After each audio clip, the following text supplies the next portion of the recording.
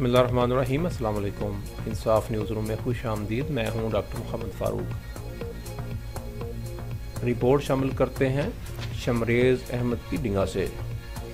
Deputy commissioner safe انور جپا نے ڈنگا اور کنجا کا اچانک دورہ کیا، لینڈ ریکارڈ سینٹر اور مقامی فلور مل کا معائنہ کیا۔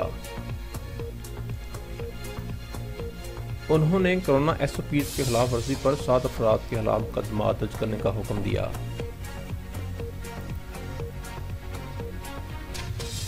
صوبائی پارلیمانی سیکرٹری میاں اختر حیات، اسسٹنٹ کمشنر کھاریاں خالد عباس، ایم ایس میجر شبیر شہید ہسپتال ڈاکٹر اظہر احسان بٹ بھی ان کے ہمراہ تھے۔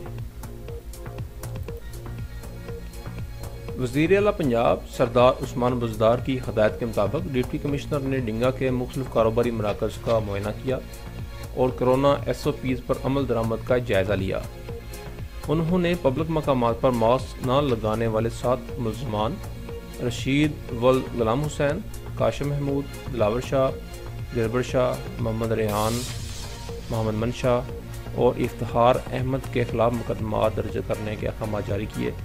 تمام ملزمان کو پولیس نے حراست میں لے لیا۔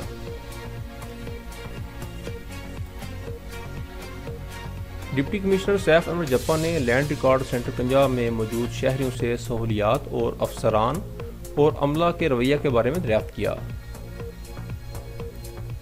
انہوں نے ہدایت کی کہ کنجا قانون گوئی سے متعلق اراضی کے تمام امور بشمول فرد، اجرا، انتقالات، ملکیت مقامی سطح پر ہی نمٹائے جائیں تاکہ شہریوں کو گجرات نہ جانا پڑے۔